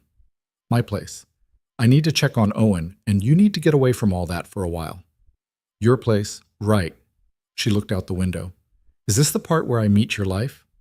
I think you've already met most of it. Not all of it. Caleb glanced at her. You nervous? A little. About what? About seeing the house where your wife lived. where you built a life with her. Serena's voice was quiet. I don't want to be stepping into something I don't belong in. You're not stepping into anything, you're just visiting.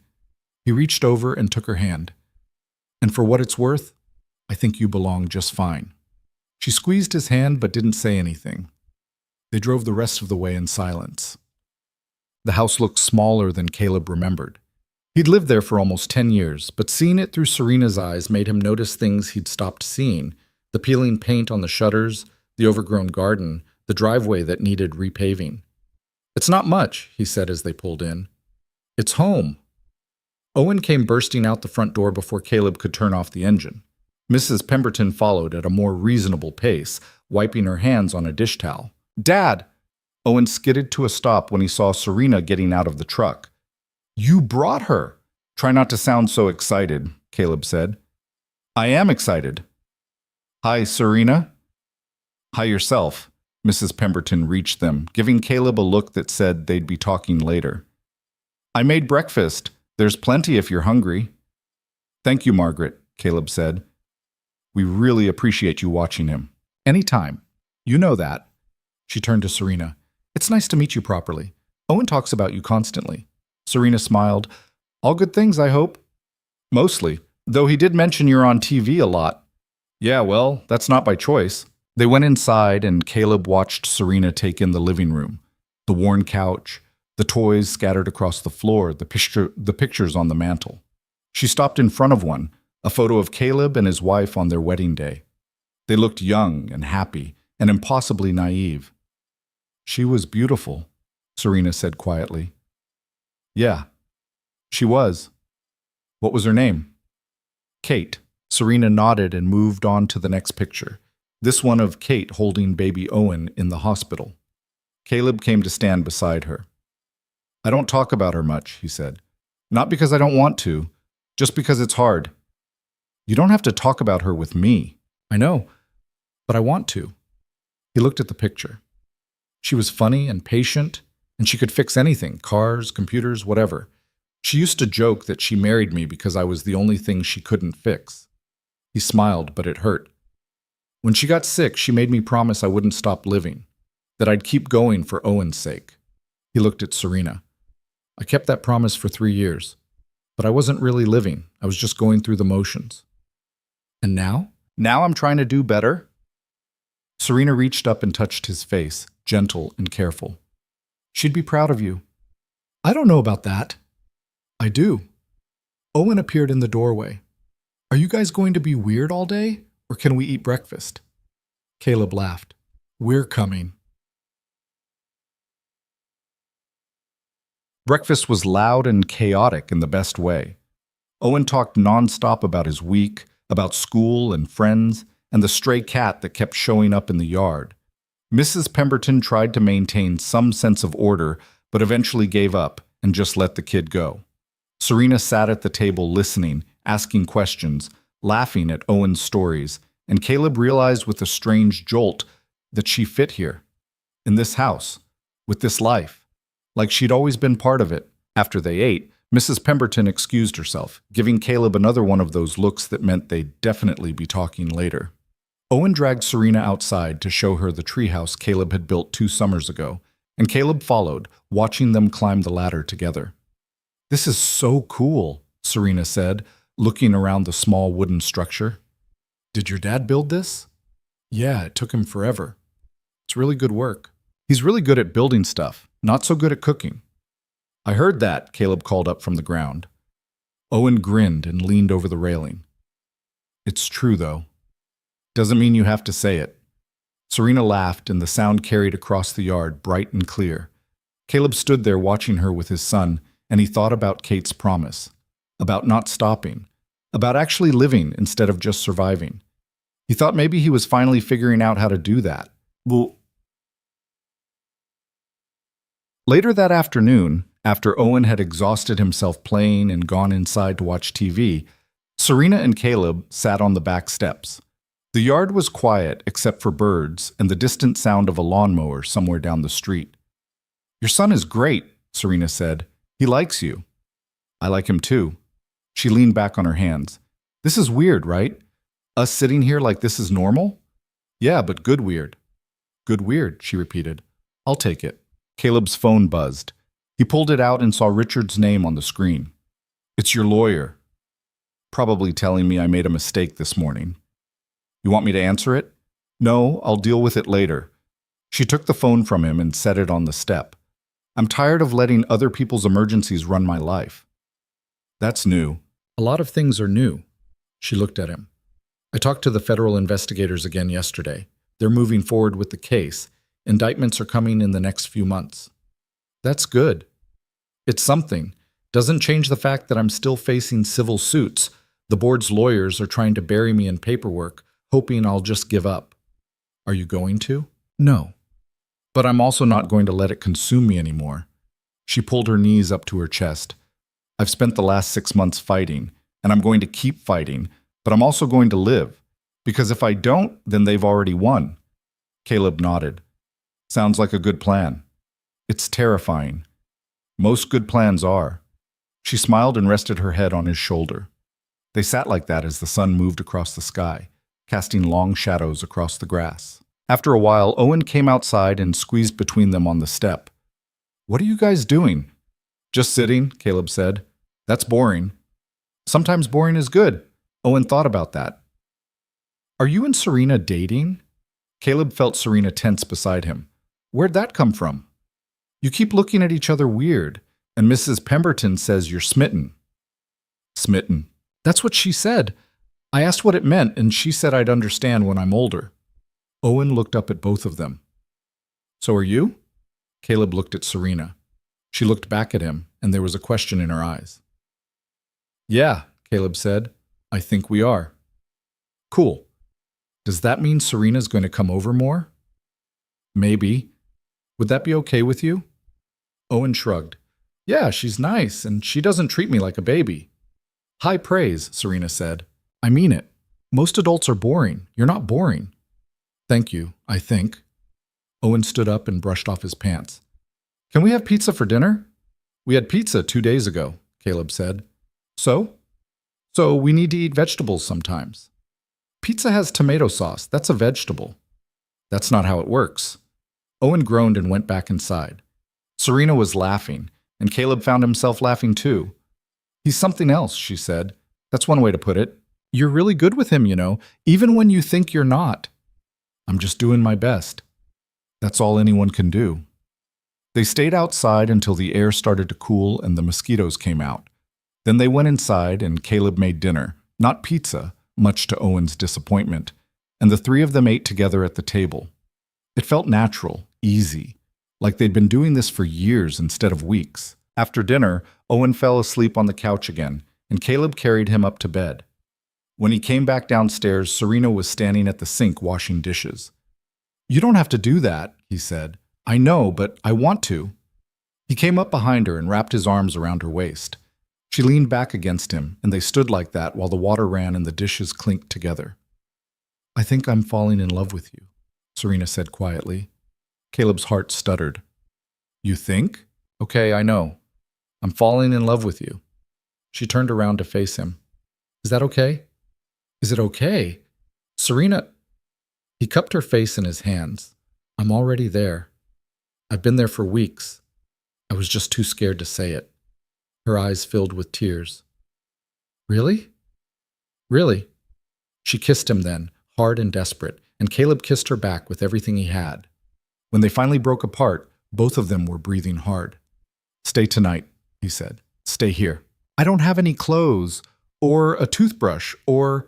We'll figure it out. Just stay. She looked at him for a long moment, and then she nodded.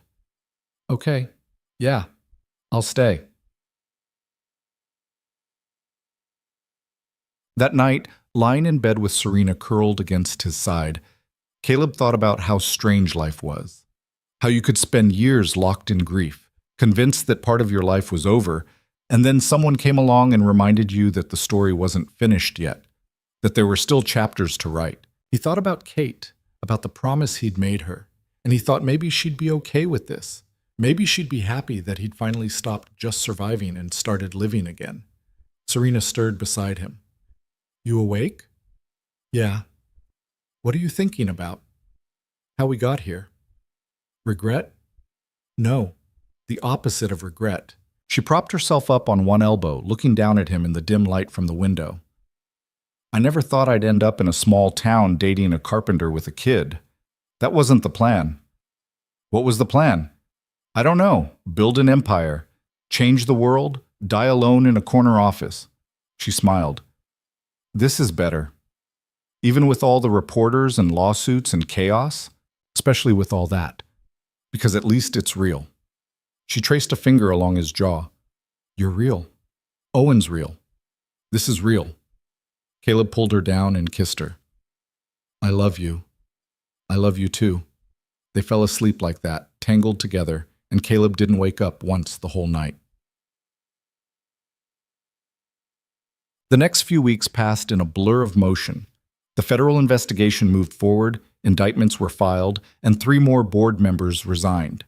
The media attention intensified, then gradually faded as new scandals took over the news cycle. Serena's lawyers kept fighting the civil suits, and slowly, painfully, the tide started to turn in her favor. Through it all, Caleb was there. He went to court hearings and lawyer meetings, sat beside her while she gave depositions, held her hand when the pressure got to be too much. And when she needed space, he gave her that too.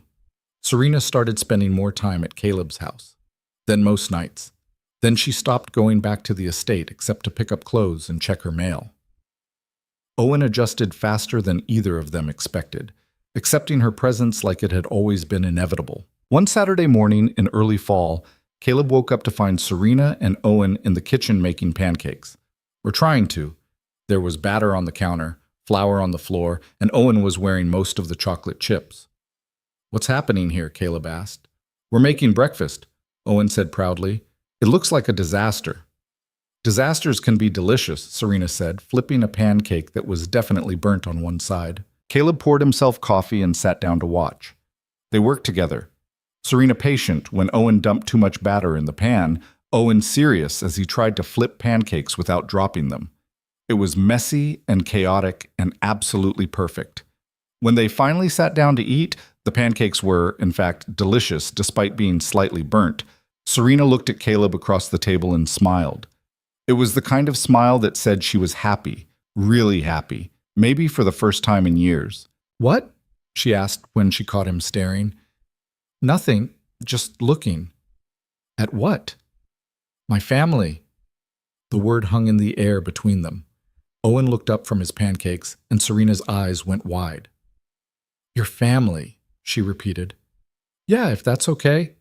She looked at Owen, then back at Caleb. Yeah, that's more than okay. Owen, apparently bored with the emotional moment, went back to his pancakes. Does this mean Serena's moving in? We haven't talked about that yet, Serena said. Why not? You're here all the time anyway. He's got a point, Caleb said. Serena laughed. You're seriously asking me to move in over breakfast with your 7-year-old as a witness? Is there a better time?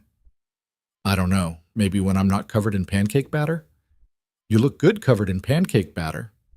Owen made a gagging sound. You guys are gross. You're going to think we're a lot more gross when you get older, Caleb said. I'm never getting that gross. Serena reached across the table and took Caleb's hand. Ask me properly. Serena Vale, will you move into this house with me and my son in our very messy life? Yes, absolutely yes.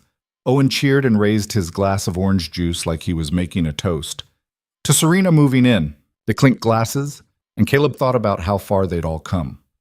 From that first morning at the lake house, with Serena standing on a broken deck looking like the world was ending, to this moment right here, sitting in a messy kitchen, eating burnt pancakes and planning a future together. It wasn't perfect.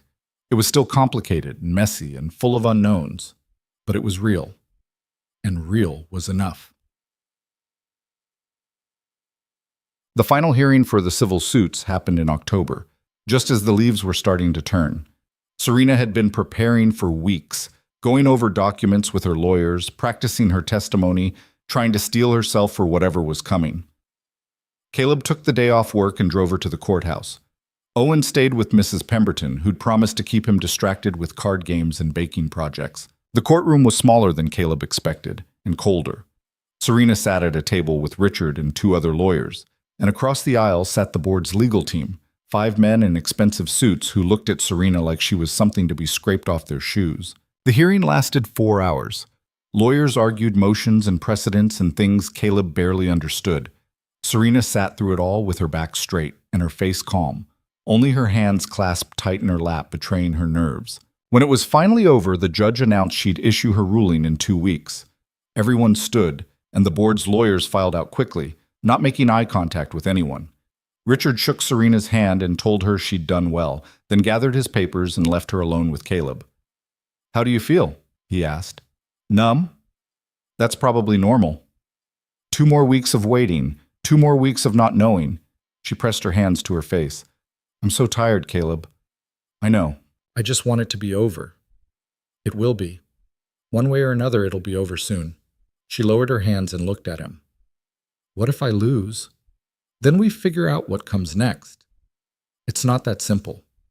"No, but it's not as complicated as you think either." He pulled her into his arms. "Whatever happens, we'll deal with it, together." She held on to him tight, and they stood like that in the empty courtroom until the bailiff politely asked them to leave. The 2 weeks crawled by. Serena tried to stay busy, working on plans for a new consulting firm she wanted to start, helping Owen with his school project on the solar system, cooking dinner with Caleb every night. But Caleb could see the tension in her shoulders, the way she checked her phone constantly, the night she lay awake staring at the ceiling. The morning the ruling was supposed to come, Serena woke up at 5 and couldn't fall back asleep.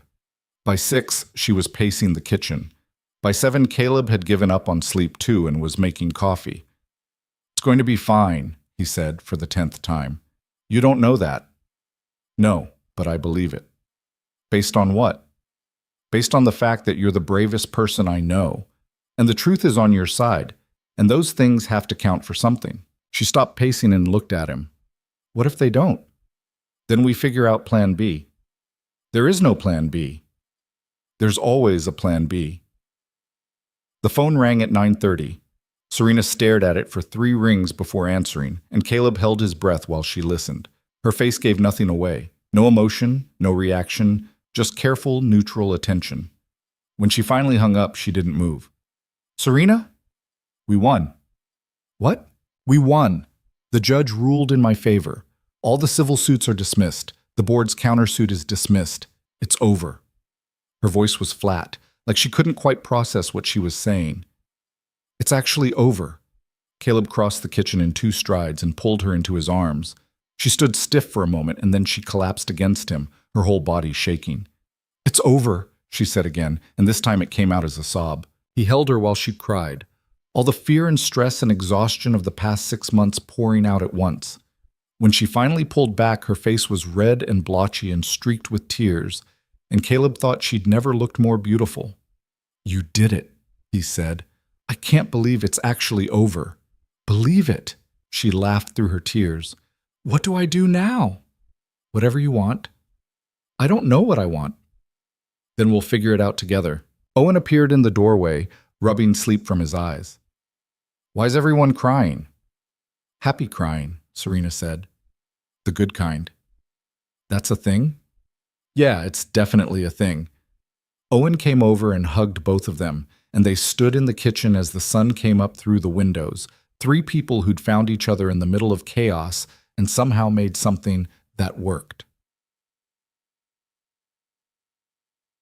By the time summer rolled around again, the estate was finished.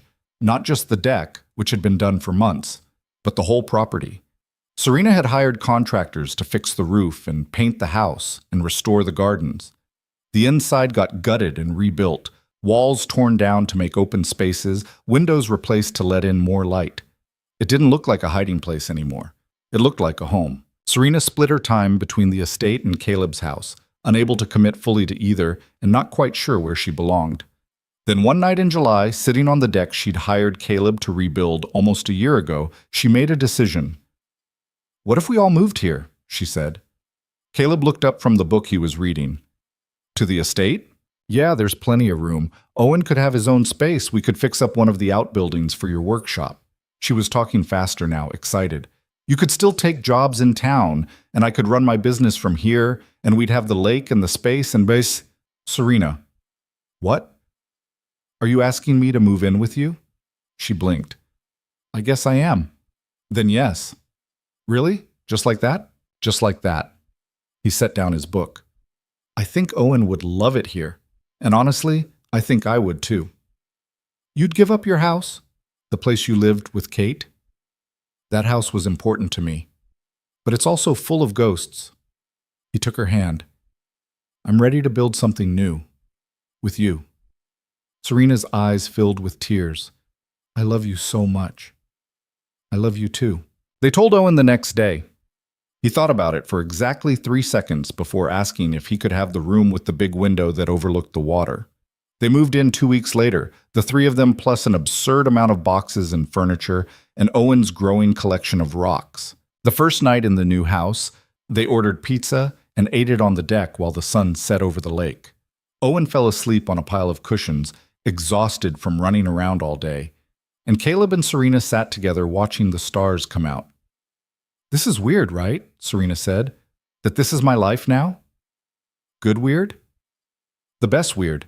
She leaned against him. A year ago I was hiding here thinking my life was over. And now look at us. Now look at us, Caleb repeated. They sat in comfortable silence for a while, and then Serena spoke again, quieter this time. I used to think success meant building something impressive, something everyone could see and admire. But I think I was wrong.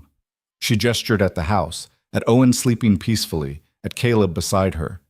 This is success, this feeling right here. This is what I was looking for the whole time. Caleb kissed the top of her head. Took you a while to figure that out. Better late than never. True. Owen stirred in his sleep, mumbling something about pancakes. Serena smiled and carefully moved a blanket over him. You know what the best part is? She said. What? I'm not running anymore. For the first time in my life, I'm exactly where I want to be. Caleb looked out at the lake, at the deck he'd rebuilt that had somehow become the foundation for all of this. And he thought about journeys and destinations and second chances.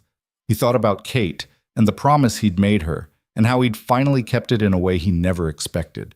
He thought about survival versus living, about hiding versus belonging, about the difference between just getting through the day and actually building a life worth living. Me too, he said. I'm exactly where I want to be. Autumn came again, turning the trees around the lake into fire. Serena's consulting firm was growing, helping other whistleblowers navigate the legal and personal chaos of standing up to corruption. Owen started 3rd grade and joined the soccer team. Caleb took on a big project renovating the old community center in town, and every evening he came home to a house full of noise and life and love. On a Saturday in late September, they held a small gathering at the estate. Mrs. Pemberton came, and Richard the lawyer and a few people from town Caleb had known for years. Owen ran around with some kids from school, and Serena stood at the grill flipping burgers with the confidence of someone who'd finally figured out where she belonged. Caleb watched her from the deck, marveling at how different she looked from that first morning when she'd stood on rotting boards looking like her world was ending. She was laughing now, relaxed, her shoulders finally free of the tension that had lived there for so long. You look happy, Mrs. Pemberton said, appearing beside him with a glass of lemonade. I am happy. Good, you deserve it. She patted his arm. Kate would be happy too, you know, seeing you like this. Caleb felt his throat tighten. Yeah? Absolutely. She always wanted you to keep living, to keep loving, to not let grief turn you into a ghost. Mrs. Pemberton smiled. You've honored her memory by doing exactly that. I tried to do it alone for a long time, didn't work so well. That's because love isn't meant to be done alone. She nodded toward Serena. She's good for you and for Owen. Don't let that one go. I don't plan to. The party went late into the evening, and when everyone finally left, the three of them sat on the deck under a blanket of stars. Owen was half asleep between them, fighting to keep his eyes open. Can we do this every year? He mumbled. Do what? Serena asked. Have a party. At our house. Our house. The words settled over them like a blessing. Yeah, Caleb said. We can do this every year. Good. Owen's eyes finally closed. I like it here. Me too, buddy. Me too. Serena reached across Owen's sleeping form and took Caleb's hand. They sat like that while the night deepened around them. A family built not from perfection but from survival, from choosing each other every day, from learning that sometimes the best things in life come from the wreckage of everything you thought you needed. The deck Caleb had built stood solid beneath them, supporting the weight of their present and their future. It had started as a repair job, a transaction, a way to fill time and make money, but somewhere along the way it had become something more, a foundation for something bigger than either of them had imagined. And as the lake reflected the stars, and the house stood warm and solid behind them, Caleb realized that maybe that was the point of everything. You build what you can with what you have, and sometimes, if you're lucky, what you build becomes exactly what you need. Not perfect, never perfect, but real and solid and strong enough to hold you up when everything else falls apart. That was more than enough. That was everything.